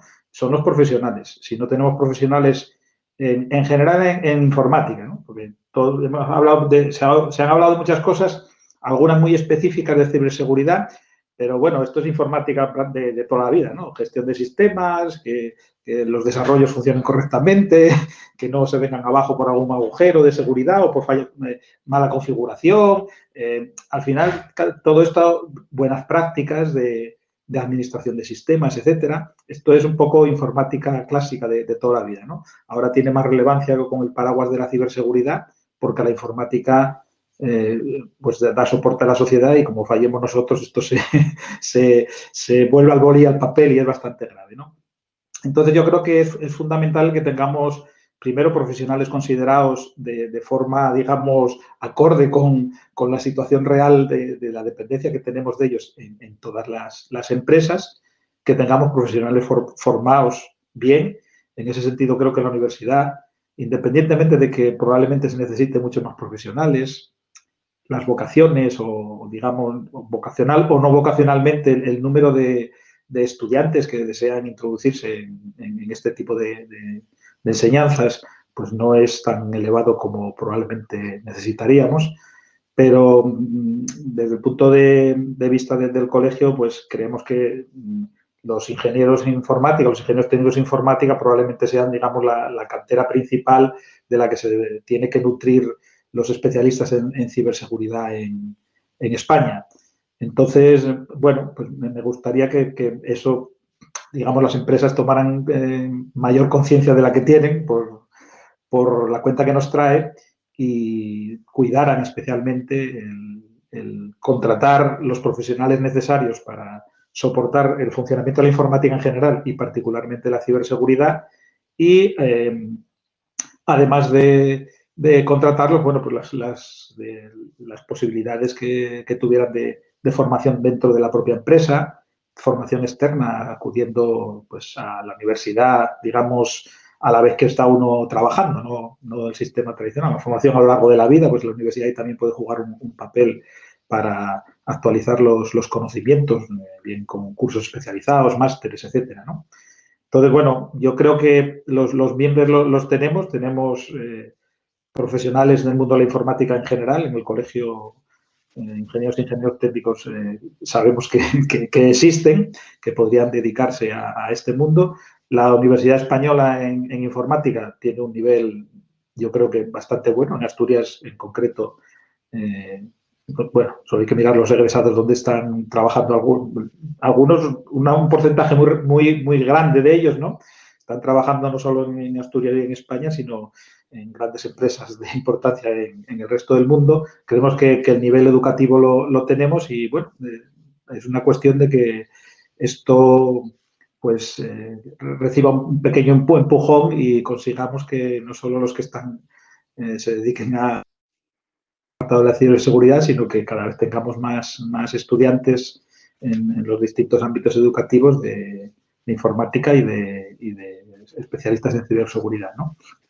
Entonces, bueno, es un poco por la parte de los profesionales. Y ya para acabar, es que estoy aprovechando que funciona bien, no vaya a ser que en un momento luego ya no pueda decir nada, ¿eh? El otro apartado que yo creo que es importante y me vino por un poco de experiencia personal y ya lo comentó Javier, un caso concreto en el que bueno, estuve recientemente implicado por el tema de informes periciales y demás, en el que Javier y Modesto sabéis muy bien de qué va el asunto, ¿no? Es el tema de la formación de los usuarios, que son las otras personas involucradas se nos llena la cabeza y la boca de la tecnología y toda esta historia y venga a poner ahí que si el antivirus en su época, aquello y tal, y luego nos olvidamos de que probablemente el factor principal que influye en muchos de los problemas de incidentes de seguridad son los usuarios de a pie, vamos a llamarlos así, ¿no? Entonces, yo creo que es muy importante también la formación de esos usuarios finales en procedimientos, en conocimiento en general acerca de cómo deben comportarse en su trabajo diario, teniendo en cuenta los posibles problemas de seguridad que nos podemos encontrar. Y un gran número de estos problemas de seguridad probablemente no existirían con una buena formación de los usuarios. Lo decía porque precisamente, no sé si es casualidad o qué, pues de esto que te llaman de los juzgados ahí con las listas de peritos y tal, pues prácticamente en 2 semanas seguidas, pues me llamaron para dos informes periciales relacionados con el fraude de las facturas falsas. ¿No? La factura real, que luego te cambian el número de cuenta del otro lado y tal. Y bueno, no estamos hablando de millones de euros, es que no afecta solo a empresas grandes. Estamos hablando de miles de euros, que las empresas son pequeñas empresas y, claro, unas decenas de miles de euros en una empresa pequeña es muy significativo y perder esa cantidad por una tontería que a lo mejor se podía haber arreglado con un poco de formación y de concienciación de los usuarios para que no sean tan, digamos, tan inocentes, tan bien pensados, de que todo el mundo es bueno, ¿no? Que hay gente mala ahí fuera que te quieren sacar la sangre, pues probablemente esto, pues con un poco de formación se hubiera evitado, se hubieran ahorrado los quebraderos de cabeza que están teniendo, ¿no? Entonces, bueno, por dejarlo ahí, profesionales y usuarios, y a ver si este es el año de las personas, ¿no? El año que viene. A ver, estaría bien tenerlo en cuenta. Bueno, que tenemos mira, hasta ahora no te veía, pero creía que estarías ahí atento. Bueno, vosotros ya os conocéis, Javier y Miguel, seguro. No sé si los demás te conocen. Bienvenido, ante todo. Lo primero que voy a preguntaros es si me oís. Ahora sí, al principio ahora sí. Hablar no, pero ahora mismo sí. Bueno, porque estoy desesperado porque llevo media hora intentando que esto más o menos funcionase y no acababa de funcionar. Pero bueno, a ver si lo mantenemos en los próximos 5 minutos. Bueno, nada, muchas gracias, Modesto. Un placer verte después de, yo creo que casi 20 años. Veo que estás tan joven como yo, o sea que te doy la enhorabuena. Y nada, bueno, agradecer, por supuesto, a CITEC y a Carlos Vega que nos haya invitado. Y en este caso, como decías tú antes, pues un agradecimiento especial porque creo que es un poco la apuesta de largo, la puesta en sociedad de Arco Atlántico, ¿no? Como mencionabas tú. Sí. Es un poco el sombrero con el que hoy me presento ante vosotros y ante vuestra audiencia. Y como decías, pues sí, es una entidad, una institución, una asociación, jurídicamente una asociación de muy reciente creación, que se presentó también, como digo, en sociedad hace pues casi un mes más o menos, el 19 de noviembre, en un evento propio que algunos seguramente tuvisteis ocasión de conocer, incluso de presenciar, que fue en la Ciberseguridad al Descubierto. Y ya digo, sale Arco Atlántico con mucha ilusión, conscientes de que hay muchos actores que lo están haciendo muy bien y que llevan mucho tiempo haciéndolo muy bien, actores del mismo estilo, ¿no? De la misma naturaleza, pero bueno, creemos que también podemos aportar seguramente algo por el hecho de que sea una iniciativa incluso que sale desde Gijón, que bueno, es un poco hecho diferencial, ¿no? Y en todo caso con un espíritu que desde luego va a trascender las fronteras asturianas y esa es un poco la intención, ¿no? Espíritu nacional, incluso con espíritu internacional, de ahí lo de Arco Atlántico. Bueno, dicho esto, por entrar en materia, lo bueno de hablar al final siempre es que ya está todo dicho, ¿no? Entonces, bueno, al que suelo recurrir cuando me toca al final, digamos, el esconderme un poco debajo de está todo dicho. Pero bueno, en todo caso, yo sí quería quería compartir con vosotros alguna reflexión. Hablabais, bueno, de un poco el título general que le dabais a esta mesa, hablaba de tendencias. Yo creo que las tendencias, no me gustaría hablar de tendencias para el año que viene, porque, y además lo habéis señalado tanto ahora en vuestras intervenciones, como lo poquito, por los problemas técnicos que he tenido, como os decía, lo poquito que he podido escuchar de la intervención de Javier, son problemas que se vienen arrastrando. Le he oído a Javier hablar del tema del CEO en Valencia y bueno, en algún otro sitio.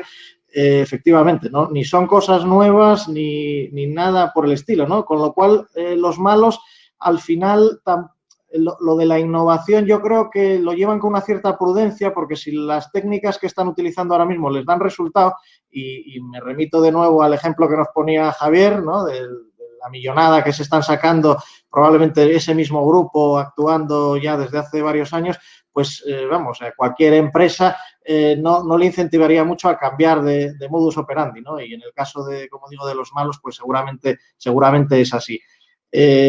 Lo que me lleva a algo que quienes me conocéis sabéis que repito muy habitualmente, que es esto del contexto en el que nos movemos de fragilidad digital, ¿no?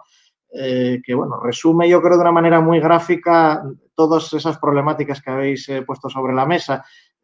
Hablaba Eva de la digitalización.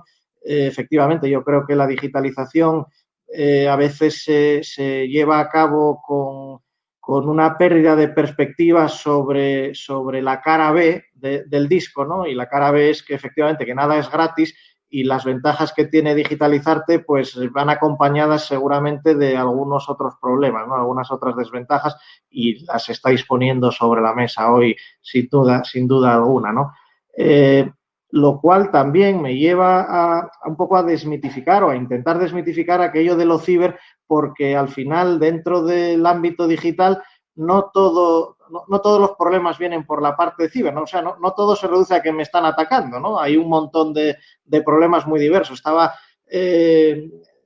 consultando pues ayer un poco, preparando el encuentro de hoy con vosotros, unas notas de un informe reciente de ISACA y de la firma Protiviti, y en ese informe, bueno, pues ellos hablan de una serie de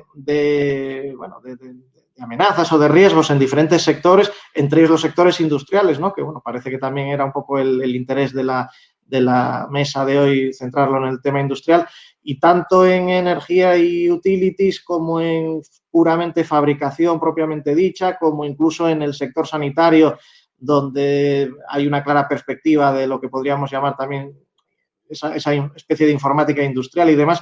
Pues claro, se habla de ataques cibernéticos, de ciberbrechas, pero se habla de temas de accesos negligentes por parte de los usuarios, se habla lógicamente, pues de fallos del software y del hardware, porque al final la informática, pues como muy bien seguramente sabe Darío, la informática falla y no hay más tutía, ¿no? O sea, presenciábamos, creo que antes de ayer, el tema de Google, que nos quedamos todos sin acceso a Google, y ha habido una especie de nota de prensa, por lo menos a mí me ha llegado una especie de nota de prensa donde decían que, bueno, lo que habían tenido era un problema técnico y no tanto un ciberataque. En cualquier caso, los efectos, sea como sea, para el usuario van a ser los mismos, ¿no?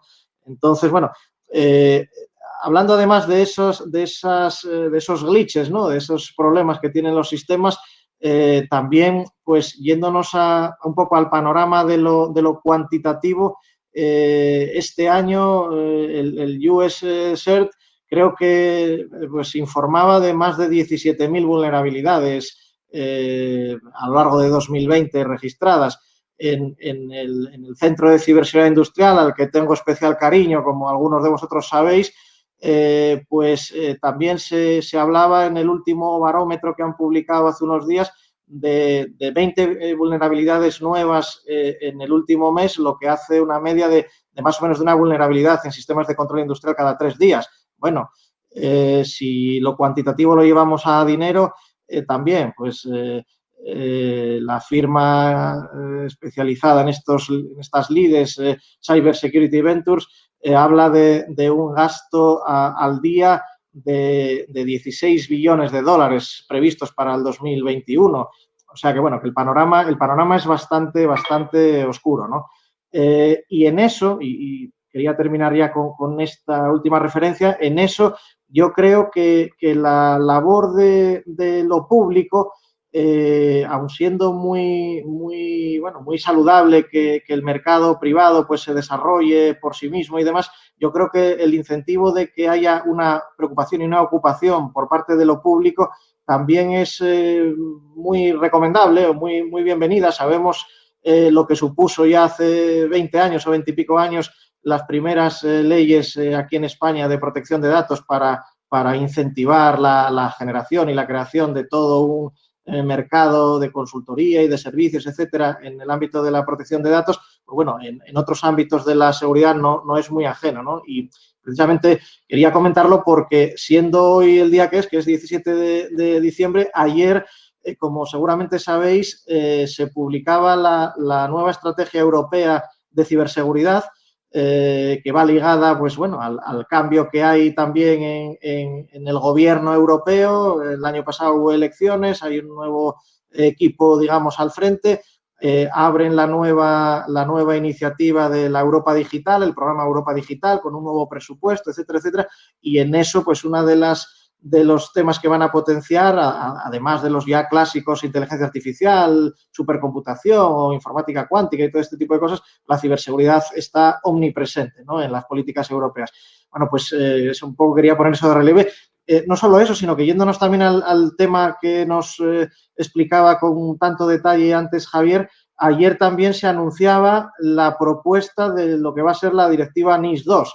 Entonces, bueno, pues hay un caldo de cultivo negativo por un lado, pero bueno, parece ser que se están dando pasos también en una cierta, esperemos que buena dirección por otro, ¿no? Y bueno, yo creo que bueno, como pequeñas reflexiones podemos, que no hayáis ya comentado vosotros, pues podemos de momento dejarlo ahí. Modesto, muchas gracias. Muchas gracias, Miguel. Me llama mucho la atención. Bueno, es mentira, ¿qué voy a decir? No me llama nada la atención, pero bueno, lo utilizo como excusa. Hablamos mucho en ciberseguridad, por lo menos desde que yo estoy en este tema y hace mucho ya, estamos permanentemente ayudándonos unos a otros, compartiendo conocimiento. Parece que más que un negocio somos muy amigos, que un poco también.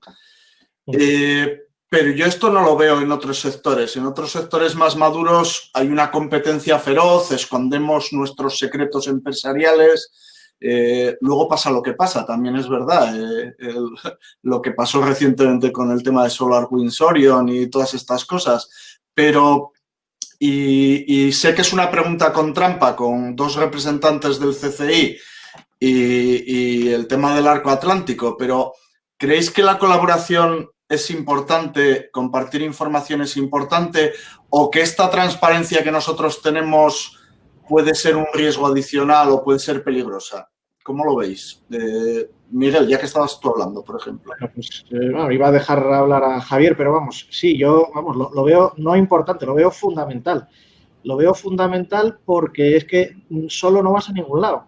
Lo podemos resumir en esa frase muy de andar por casa, pero solo nos vamos a ningún lado. Hace 3 o 4 semanas tuvimos, no iba a citarlo hoy, pero bueno, me lo has puesto un poco en los pies. No sé si sabéis que yo también estoy vinculado a otra entidad que se mueve en el mundo de blockchain, que es Alastria. Pues celebramos un evento sobre temas de ciberseguridad y blockchain hace unas semanas. Aquí basado en Gijón, en lo que llamamos nosotros el ecosistema asturiano de Alastria y demás, y una de las intervenciones, que era de un compañero de una firma también local, que es Alisis, a mí me encantó porque nos explicó cómo los que hacen el mal, por decirlo en estos términos, realmente son empresas, o sea, a todos los efectos son empresas. Tienen su departamento de recruiting para contratar a los mejores malos y a lo mejor son buenos, pero ya se encargan ellos de convertirlos en malos. tienen obviamente sus estrategias de marketing, tienen sus canales de venta en la dark web o en el canal que queramos decir. Es decir, y todo enfocado a un objetivo de negocio, nunca mejor dicho, que es el sacarte a ti como Ayuntamiento de Valencia o empresa municipal de transportes en Valencia X millones de euros, etcétera, ¿no? En el ejemplo que ponía Javier antes. Sin embargo, en el otro lado lo que tienes son las empresas normales y corrientes que se dedican a lo suyo, pues eso, al transporte público de viajeros o a fabricar galletas o a lo que quieras, y que, lógicamente, los recursos que tienen están enfocados a ese objetivo suyo particular para lo que fueron constituidas y no a defenderse, ¿no? Entonces, bueno, la desventaja yo creo que es abismal si te enfrentas en solitario y por eso, vamos, absolutamente de acuerdo con lo que propones de que la colaboración es indispensable. No solo la colaboración a nivel de las diferentes empresas, sino la colaboración, como insinuaba antes, un poco o la participación en todo esto de los ámbitos públicos, ¿no? Claro. Está muy manido aquello de que la ciberseguridad es una cosa de todos, pero no por estar muy manida la frase deja de ser menos cierta, ¿no? Yo creo que es un principio fundamental, ¿no? De hecho, ENISA, el Organismo Europeo de Ciberseguridad, que coordina a todos los organismos nacionales, acaba de publicar en diciembre de este año, y os voy a poner el documento, un documento en el que habla precisamente de la necesidad de impulsar los CSER sectoriales a nivel europeo. Precisamente por esa carencia brutal que hay en gente que conozca cómo responder o cómo detectar este tipo de amenazas y más allá. Si como decía Modesto, si nos lo callamos, si yo tengo un ataque y me lo callo, mi tecnología la tienen otras miles de empresas iguales que las mías, de mi sector y de otros sectores. Si yo me callo y no notifico que he tenido ese problema a quien está coordinando esta seguridad, no puede alertar al resto, no pueden buscar las vacunas contra el virus de turno. Imaginar que nadie estuviera compartiendo información para desarrollar la vacuna del COVID. Tardaríamos no meses, tardaremos decenas de años.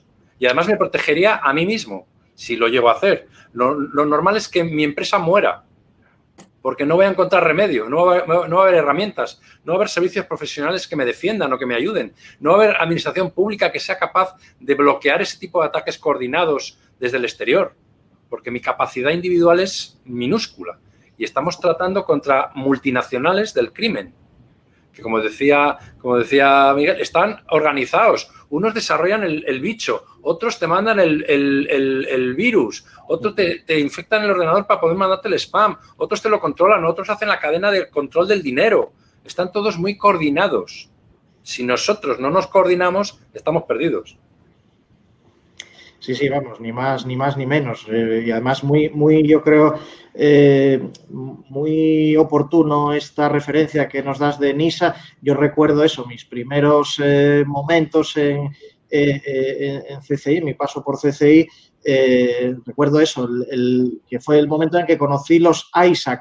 Los ISAC, en terminología anglosajona, los centros de análisis e información en temas de seguridad o de ciberseguridad, que son precisamente estos CERTs sectoriales a los que hacía referencia ahora Javier en esta referencia de ENISA, centros, como su propio nombre indica, de análisis y de compartición de información. Pues ellos los tienen ya desde hace años para el sector financiero, para el sector del petróleo, por ejemplo, oil and gas, o para el sector del sector eléctrico, etcétera, etcétera. Entonces, bueno, eso quizás se echaba un poco de menos en Europa, y el que, eso, vuelvo a insistir en lo mismo, el que desde instancias públicas se promueva ese conocimiento, la compartición de esas experiencias, ese conocimiento sectorial, yo creo que es fundamental. Voy a recogeros un poco esta pelota y la lanzo al centro a ver quién remata gol. Decía ahora Javier que hace falta gente que sepa detectar estos ataques, y hablamos de CSIRTs, de equipos de respuesta a incidentes. Antes Javier hablaba del término SOC, Centro de Operaciones de Seguridad, y también Darío hablaba antes del tema de los profesionales. A ver, estamos en un mundo de tecnologías. Un SOC no valdría con juntar esa información y poner inteligencia artificial y tecnologías a analizar esta información y que nos dé la alarma cuando corresponda, o realmente necesitamos gente ahí vigilando y necesitamos gente que sepa detectar estos ataques? ¿La gente qué papel tiene en todo esto? ¿Quién me quiere contestar? Venga, Darío, que te veo animado. Voy a empezar yo un poco en el mundo de la formación de las personas, ¿no? Esto yo creo que es lo de siempre, lo de la inteligencia artificial y todo aquello, ¿no? La tecnología ayuda, lo que va a permitir la tecnología hasta donde se pueda llegar, porque la inteligencia artificial no es mágica, porque los ordenadores no son mágicos y al final la inteligencia artificial es un programa de ordenador, ¿no? Hecho, construido con una tecnología, digamos, filosofía diferente, pero no deja de ser un programa de ordenador. Entonces, bueno, la tecnología no es mágica y aunque lo que nos va a permitir es que con las mismas personas podamos abarcar más trabajo del que se hacía anteriormente, porque en determinadas cuestiones más que antes se hacían a mano, digamos que la tecnología nos las va a gestionar por nosotros y tendremos que intervenir menos desde el punto de vista de operaciones a pie de campo y tendremos más tiempo para intervenir desde el punto de vista de organización y de interpretación de la información, de gestionar los sistemas desde una situación quizás más elevada, pues al final las personas van a ser indispensables. De otras cosas porque, aunque la tecnología nos ayude a poder más con menos gente, por decirlo así, es que tenemos que hacer muchísimo más de lo que había que hacer anteriormente. Va a ser lo mismo con el desarrollo de software y otras cosas, ¿no? Si va avanzando la tecnología, pues hacer un programa pues necesitaba mucha gente y ahora pues hombre, con las bibliotecas y los frameworks y todo esto que tenemos se necesita menos para hacer unos programas espectaculares, pero es que la cantidad de trabajo ha aumentado exponencialmente y aunque la tecnología nos ayuda a hacer más con menos personas, es que hay que hacer muchísimo.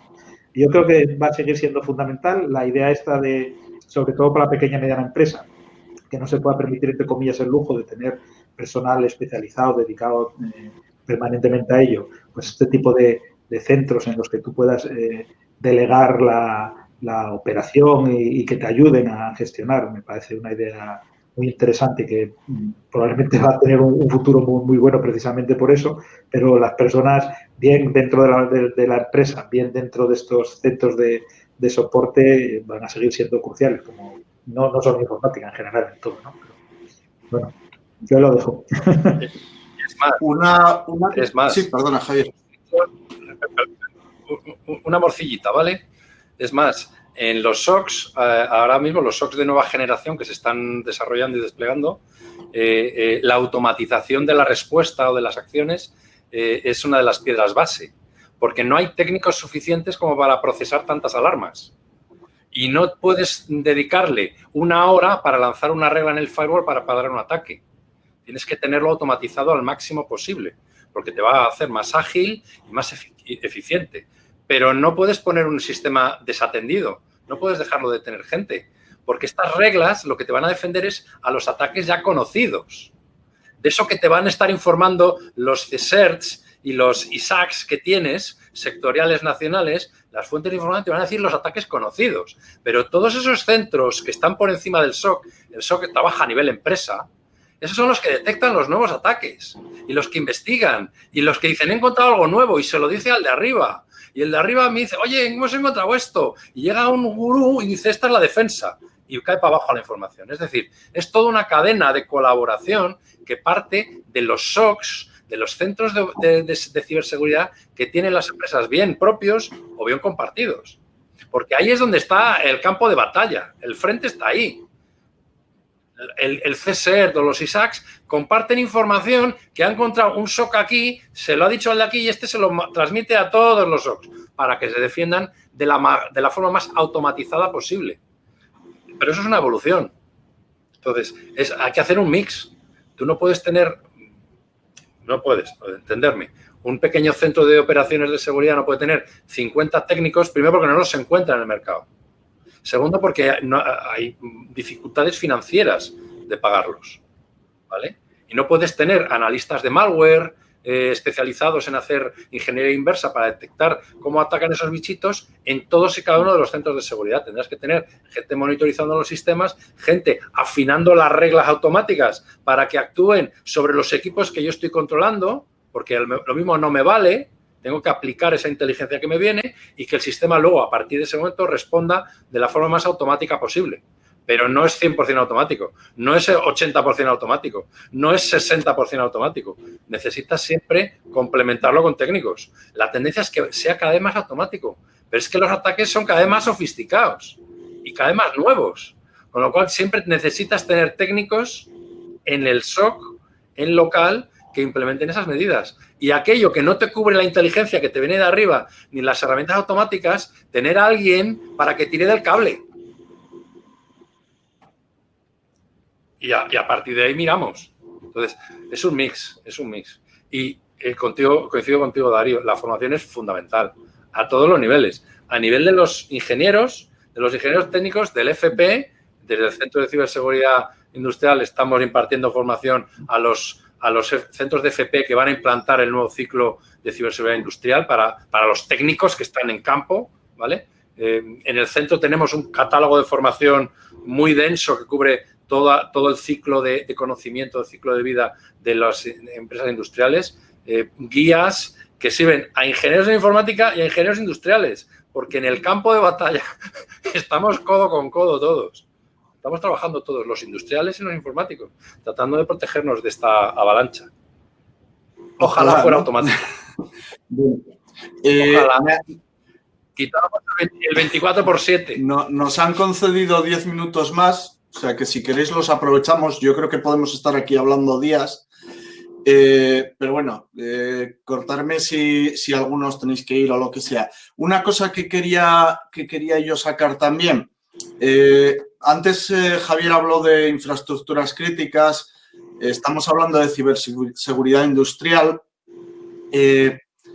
Ahora mismo estamos en un momento con una crisis sanitaria que todos conocemos y, por lo tanto, con problemas de saturación en el sector sanitario, entre otros muchos problemas que tienen.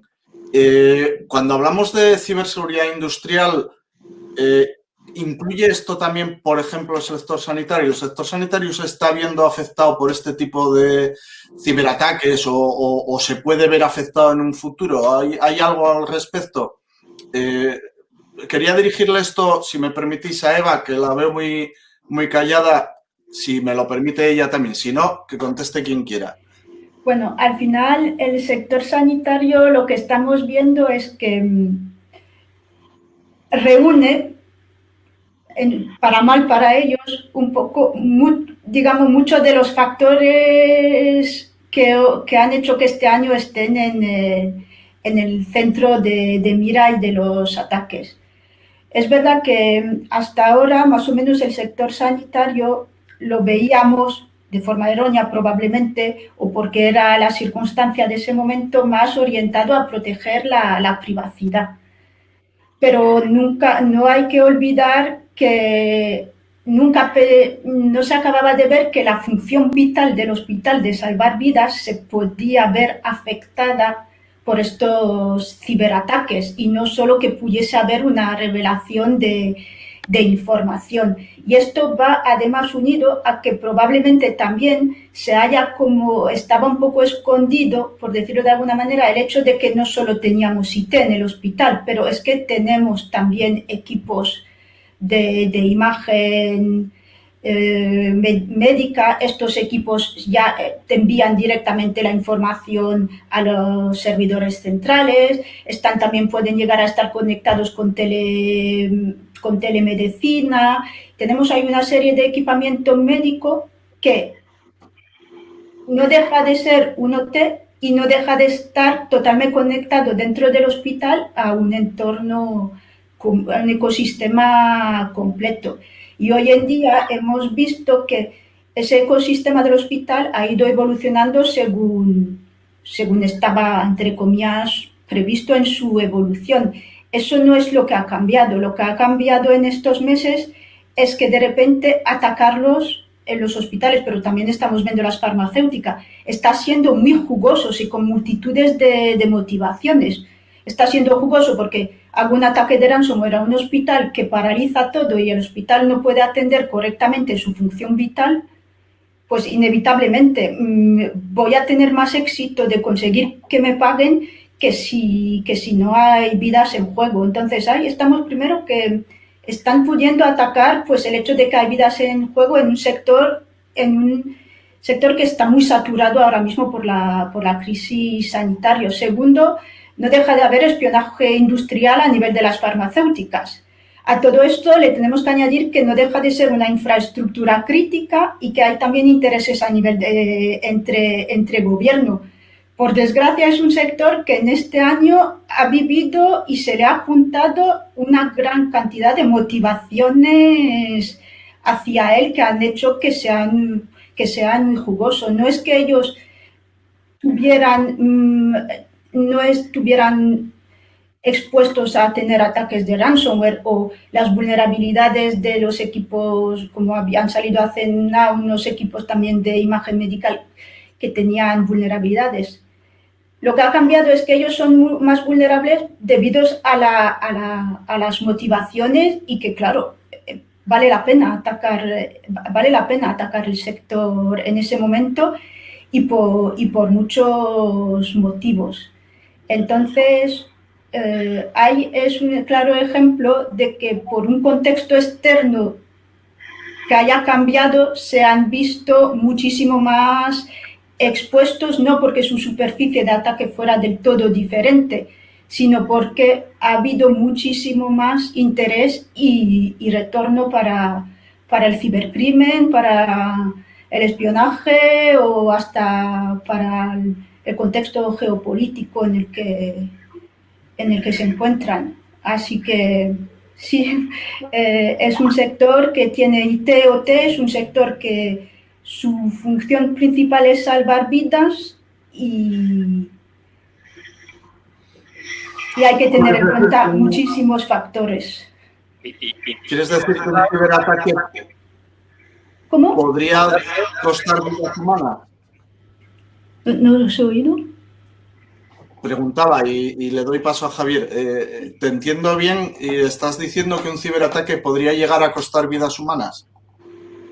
No podría afirmar eso, pero si dejo de poder dispensar medicamentos porque la farmacia ha sufrido un ciberataque, eso puede ser por IT o por OT, pues a lo mejor podría haber un riesgo de vidas humanas, de la misma forma que en ciertas infraestructuras críticas, en ciertos sectores industriales, puede llegar a haber vidas humanas en juego, yo qué sé, el gas, cualquier cosa. Al final yo creo que es un riesgo que no debemos que tenemos como mínimo el deber, la responsabilidad de contemplar, y más a nivel de estrategia nacional e internacional. Va Javier primero, perdón. Vamos a ver, por supuesto. Riesgo de vidas humanas. Vamos a ver, hace una semana Pfizer anunció que en diciembre, en lugar de 100 millones de vacunas, iba a poder entregar 50 por problemas en su cadena de suministro. Imagínate que atacan al centro de distribución o a la empresa de transporte o a las fábricas que están haciendo a toda prisa los ultracongeladores o a esa pequeña fábrica que hace las jeringuillas. Porque un hospital en sí no es una industria, porque nosotros no somos producto, pero técnicamente podría serlo, pero no es una industria como tal, pero sí es un sector sanitario, pero está rodeado de proveedores que son industrias. Y una fábrica de jeringuillas, el nivel de ciberseguridad que tendrá es... Y una fábrica de mascarillas, el nivel de seguridad que tendrá será... Bueno, Miguel, ¿querías...? Es por subrayar lo que han estado diciendo tanto Eva como Javier. Se habla muchas veces en contextos de informática, de ciberseguridad industrial, de ciberseguridad industrial, de la diferencia entre TI, TO y tal. la diferencia entre los incidentes en tecnologías de la información y tecnologías de la operación se llama consecuencias. El alcance de las consecuencias. Esa es la principal diferencia, más allá de diferencias técnicas en las que podíamos, como tú dices, estar un rato discutiendo, ¿no? Y las consecuencias, desde luego, son clarísimas para el patrimonio, para el medio ambiente, para tal, pero desde luego lo son también para las personas, ¿no? Lo está señalando muy tajantemente María Cobas aquí en el chat, dice, por supuesto que sí, que puede haber fallecidos, es que los ha habido ya, vamos, no es que los pueda haber, es que los ha habido y algunos incluso hemos tenido ocasión de publicarlos o de hacer referencia de ellos en algún escrito, incluso hace años, ¿no? Los ha habido, los habrá y los seguirá habiendo. Lo que no quiere decir que en el ámbito de las tecnologías de la información no los pueda haber.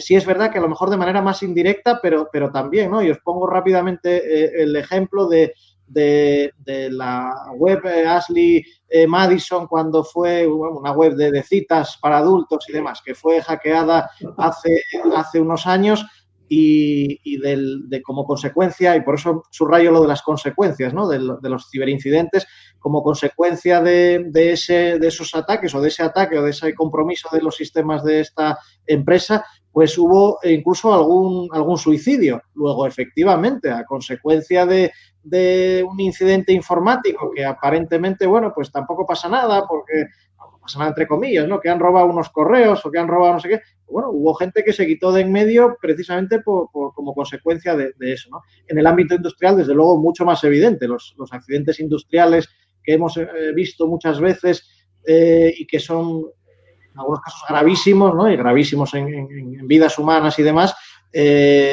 ya desde hace años, pero vamos, hoy en día es evidente que pueden tener una naturaleza en lo digital.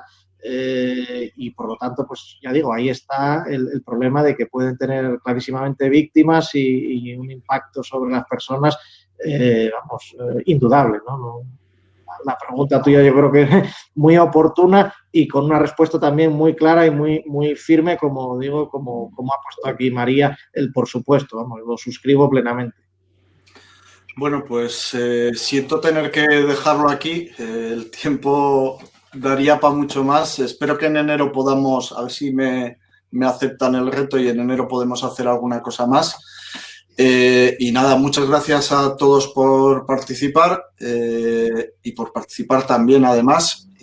Y nada, Carlos, que ya está ahí esperando hace un rato para que nos vayamos, te doy la palabra. Bueno, os habéis ganado los minutos extra. De hecho, en YouTube también tenéis otros cuantos, aparte de los que hay aquí metidos. Lo que pasa que los que hay aquí metidos ahora van a tener la oportunidad de poder charlar cara a cara con vosotros, ¿no?